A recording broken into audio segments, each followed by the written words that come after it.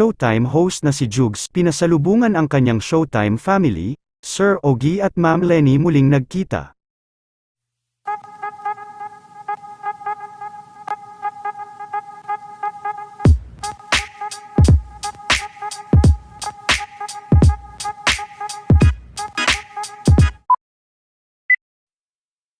Matapos ang naging Australia tour nila Jugs sa 4 na lugar sa Australia, kasama ang kanyang mga kabanda sa Itchy Worms, ay muli na nga itong nakapasok sa Showtime, at sa kanyang pagpasok sa Showtime, ay hindi naman ito nakalimutang pasalubungan ang kanyang Showtime family kanina.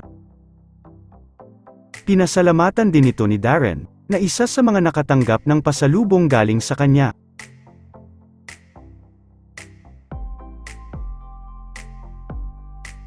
Samantala, kabilang naman sa mga guest sa Showtime kanina, sina JM De Guzman, Barbie Imperial at ang kapatid ni Ann na si Jasmine.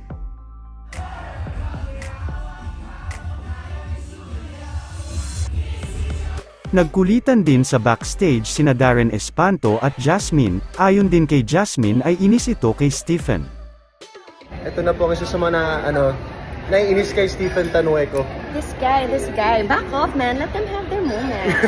Tsaka, ang mga nanonood, tayong magkatapat sa time slot! So, balikan nyo lang kayong mga channel namin. Yes. Thank you guys. Thank you guys. Thanks, Darren. Thank you, Ate Jazz. Thank you po.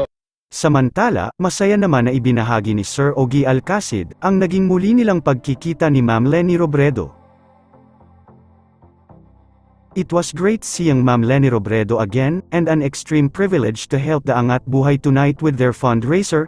It was also a delight to see an old friend Father Manuling who has written songs like Tanging Yaman and many others. God bless po. Who helped all of us make tonight possible. Thank you.